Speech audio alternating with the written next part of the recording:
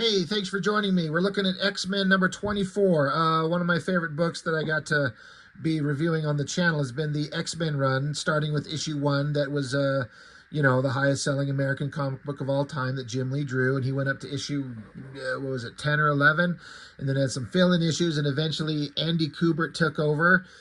And I've been reviewing those, and I'm kind of finding that I enjoy them in some ways more than I kind of thought that I had originally, in terms of the art and kind of the old classic kind of newsprint paper that they were using, and the way the coloring was looking.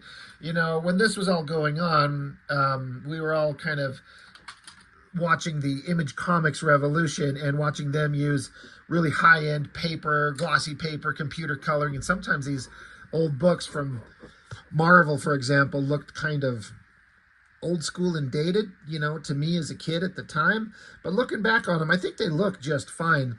But, look is one thing, but how do they read? What's going on with the stories? Are they awesome? And I got to say that the stories that were going on with the Andy Kubert beginning storylines, where they went to Russia with Colossus and Omega Red showing back up again, did not care for that.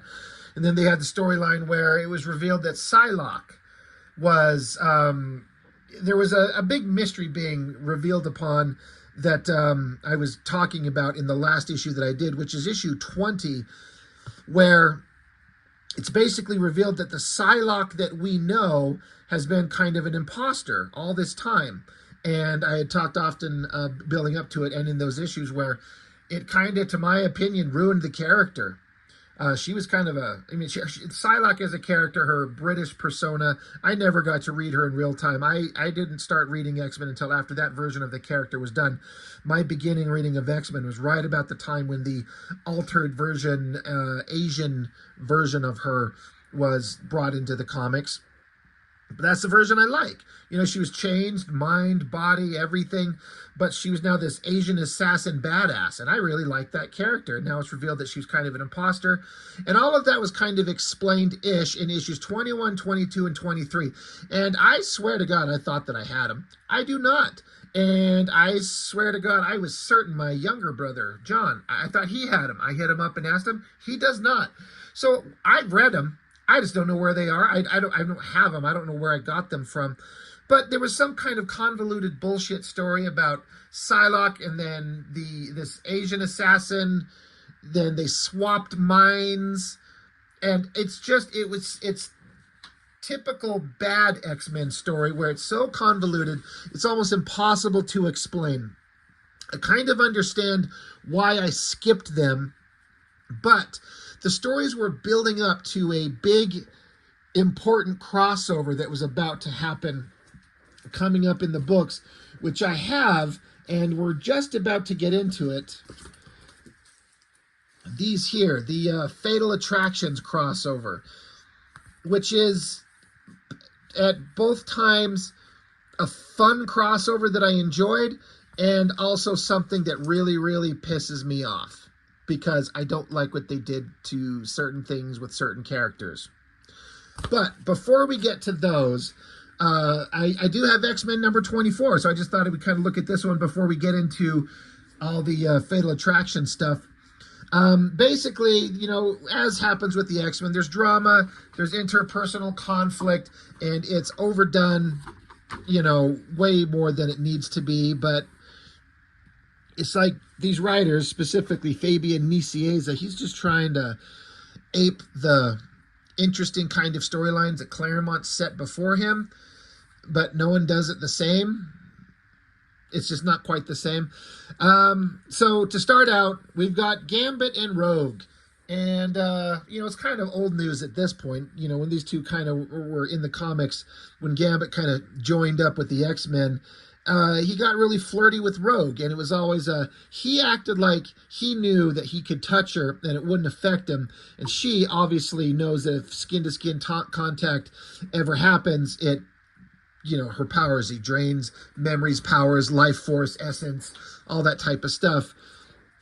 But they like each other, and as happens with these books, they drag out these storylines forever. You're just kind of like, I get that, like, the romantic tension is kind of a big deal, but sometimes it's just like, if I hear these two talk about how they love each other but they can't touch each other, at a certain point you like, then fucking move on, stop. Anyway, I am a little frustrated with the credits. I hate it when they just fuck around and don't tell you who did what. Specifically, in terms of art, it's credited Andy Kubert and Company. Well, I mean, it says brought to you by Fabian Nicieza and Andy Kubert and Company. So, I mean, writer and penciler, but inkers, it doesn't say who does the inking. It's not the guy who's been doing it before. I want to say Matt Ryan, I think, has been inking Kubert on the X-Men books before. This is something entirely different. I look at it and my brain says Sienkiewicz inks? Maybe?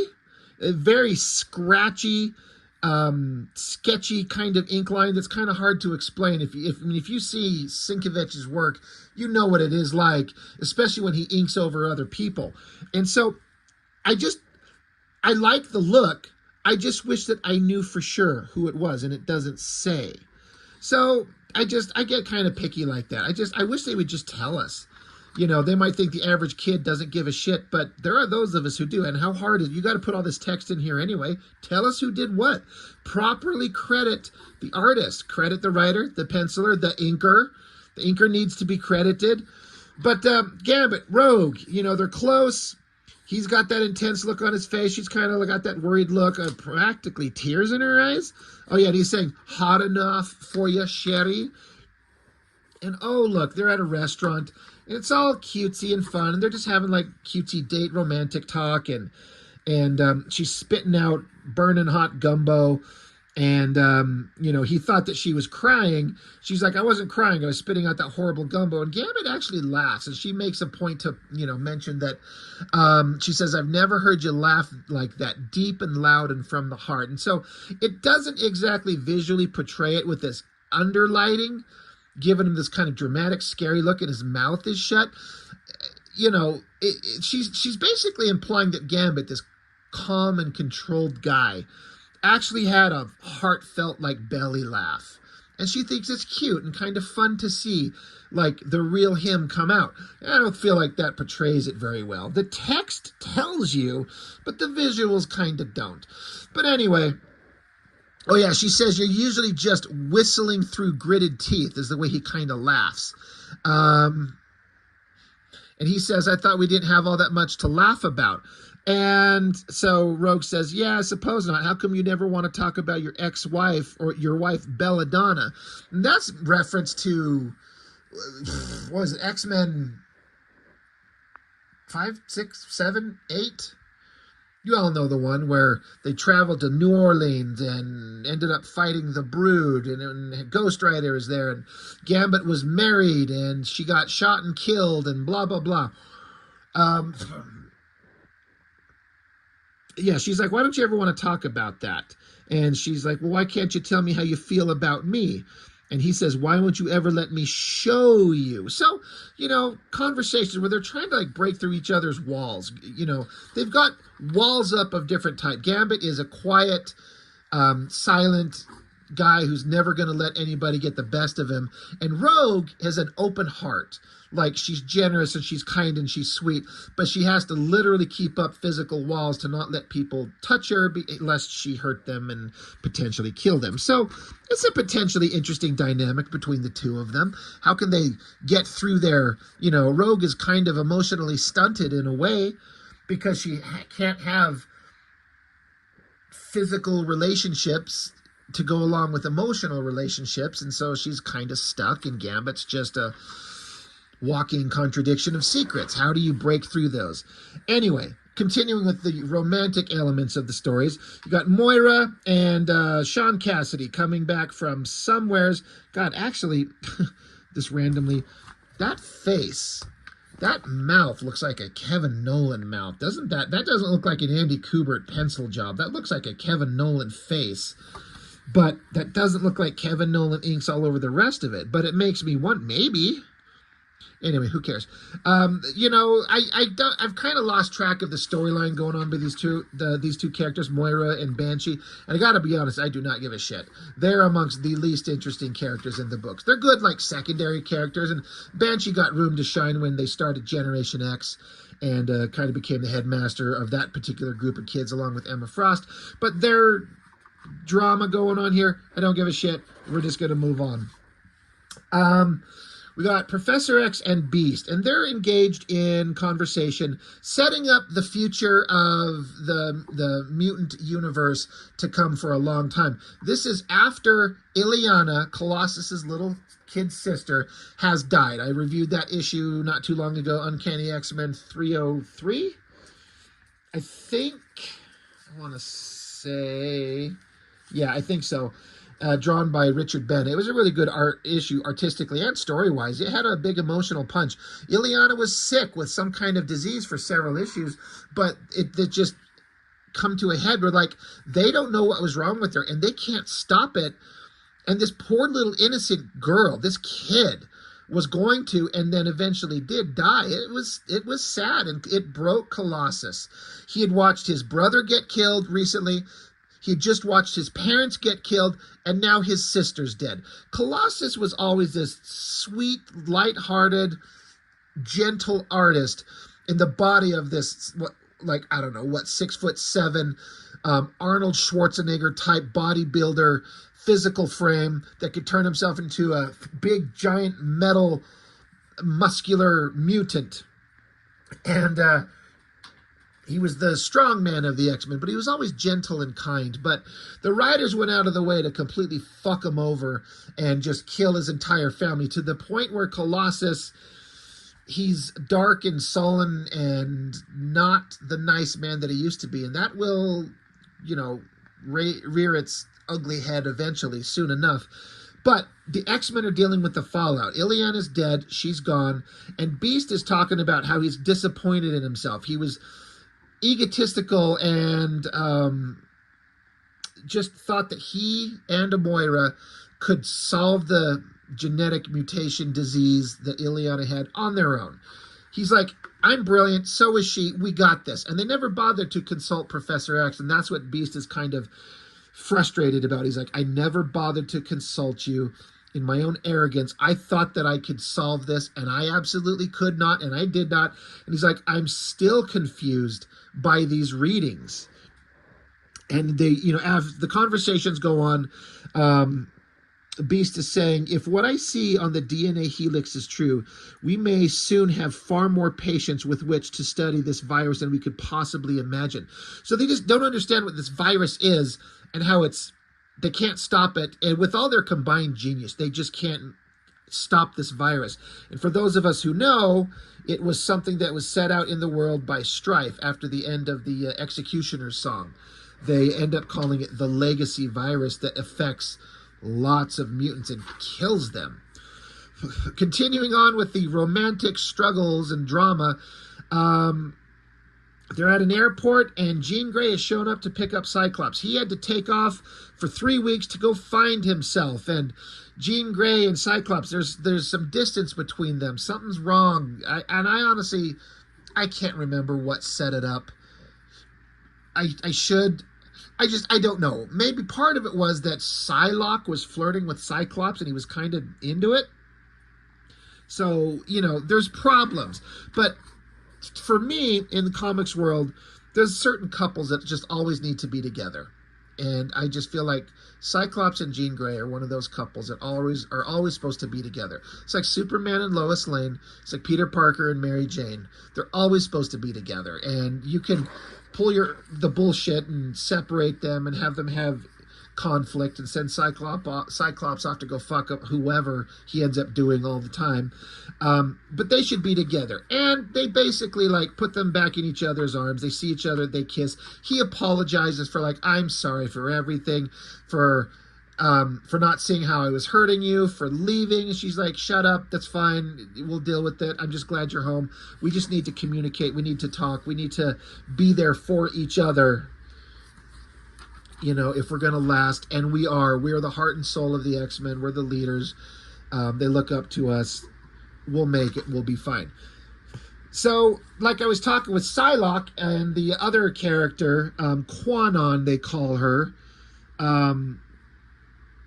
That's her real name, and then Revanche, Revanche, is like her assassin name. These are the characters that were like their minds and bodies were swapped or some bullshit that was explained in detail in issues 21, 22, and 23. I do not have. They were enemies, but then they went on some adventures, and I guess they have respect for each other, and now they're both kind of together in the X-Men. I hate this shit. It overly complicates the Psylocke character. She was simple and awesome, and now it's hyper complicated, and the X-Men writers seem to think that the only thing that makes X-Men interesting is to be hyper complicated, and I disagree. But then again, I'm not writing the book, in charge of the legacy, so what do I know? Wolverine's there to impart some wisdom and have a smoke and just be awesome because he's Wolverine. Meanwhile, and for a long time I never noticed. So we're back with Jubilee. She's inside the medical bay where Illyana died. And I kind of failed to notice this image of Magneto's helmet in the background for a long time. But as is typical with the X-Men comics, tons of dialogue everywhere. And Kitty Pryde shows up and she says that, Kitty gave Illyana this Bamf doll. It's a little Nightcrawler type little plush toy for Illyana, and Jubilee's sitting here hugging it, and she tosses it aside, and it's just a stupid doll. And Kitty says, I thought you'd like to hang on to it. It's important to hang on to things in life, Jubilee, when they come to our touchstones, reminders of what we lost. So basically saying, just hold on to that thing. You might want to keep it. And so Jubilee's just asleep in the bed where Illyana used to lie when she was sick. So Jubilee, she fought against her inner nature of being a kind of a hard ass, and that she kind of acted like she didn't like Illyana, but she took her death really, really hard. Like, she's just fallen apart. Like, how could us X-Men do all the things that we do, fight all the battles that we do, and this poor little, cute little innocent girl just has to die? Back with Gambit and Rogue. Oh, they're going to take a little horse-drawn carriage ride, have an awesome date. Gambit says, where would you like to go? She says, anywhere you do. And he's like, are you sure you want to phrase it that way to me? And so they go on the ride, they talk, and they get really close. Let's see. Gambit says, this is how I've wanted it to be since I first looked at you, Rogue. Beyond all the flirting and teasing, past all the games and all the uncertainty, I know we can be hurt, girl, physically as well as emotionally. I know one kiss from you, one touch, flesh to flesh, might give me some serious hurting, but I'm willing to take the risk for you. Will you be willing to do the same for me? So he's like, I know this might hurt, but I want to try it. He's like, let's just try it. And they get real close, and she's like, no, I can't. She says, I want to, but I can't. If I hurt you, I know that it'll just kill me, and we just can't. So again, and this is kind of the storyline that'll drag on for goddamn ever, it seems, where these two, they can, they can't, will they, won't they. But in a little bit of a way, it's kind of cute to watch these two kind of like fight through their emotions and try to become a couple, maybe. Back more with Sean Cassidy, Banshee, and Moira. Don't care about them. Cyclops, Jean Grey, Professor X Beast, they show up, they meet up with Banshee, they talk, and they're basically talking about, they're discussing the situation that's presenting itself with the disease that's out there, this virus. They're talking about how Sinister, Mr. Sinister, the villain, has revealed some information to Cyclops, and they kind of know some stuff, and they know about Sinister and how evil and manipulative he is. Cyclops says, Sinister told me the disease which killed Illyana is part of Strife's deadly legacy, a disease unleashed upon us all. And so Moira's like, we got to just not jump to conclusions. Like, let's just wait. And so Jean Grey says, and what happens if the test confirms what Sinister told Scott? Professor X says, well, then we will do everything in our power to prevent this virus from turning into a plague and prevent that plague from turning into a genocide of every mutant on the planet, which it's been a long time since I read the complete story of the legacy virus, but my understanding is that it kind of mowed through the mutant population and killed a lot of people. Back with Jubilee, she took her happy ass outside, you know, playing around in the water, and Wolverine shows up, and this is another one of those relationships that I kind of like. It's kind of like when Wolverine and Kitty Pryde were kind of together in terms of like friends and, you know, mentor and student. Wolverine's been connected with Jubilee ever since she helped him get away from the Reavers in that issue of X-Men where Wolverine was crucified on that big X, which has been a lot of issues. But they're very specifically and uniquely tied together, and she can kind of open up to him, and she's just like, she's mad that Jubilee's mad that she kind of insulted Illyana, and it hurts so much, and she said, I told the professor a couple of weeks ago I wasn't scared of dying, but I am. And Wolverine says, that's all right. It ain't the dying you should be afraid of. We all do that, but not living your life to the fullest before your time. That should frighten you. And more than anyone else I know, you don't have to worry about that at all. No one takes a bite out of life like you do, girl. Remember that. So that's kind of cute. You know, Wolverine's telling her, is like, just the worst thing that you could do is waste time not enjoying every moment that you have. And he's like, and you enjoy life more than anybody I know. And so I like that. There's some, yeah, it might be cliche, real world wisdom in there, but it's fine. The truth is truth. And live life to the fullest as long as you can. Back with Betsy and Quanon, don't give a shit about them. I do like this art. I like that shot right there. That looks really good. And then Scott and Jean, they're going to get together and pound ass. Yes, get her, Cyclops. Give her the old red eye maneuver. You know, they're like, yeah, Jean Grey saying, everything seems to be falling apart around us. Where does that leave the two of us? He says, we come together like I promised at the airport more than ever. I need your help to make my way through the tough times. Lord knows we've had enough of them.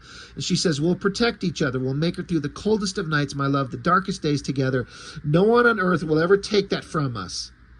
No one, with this ominous shot of Magneto's helmet and face in the background, leading up to the big storyline, which is basically the return of Magneto, who, as I recall, we have not seen since the end of X-Men #3, when he theoretically died when his asteroid M crashed into the Earth, and it was the last story that Claremont wrote for X-Men, and it was, in theory, he was supposed to be dead. I think Claremont's intention was that he's supposed to be dead forever, but of course, these are X-Men comics, and comics in general, no one's ever dead.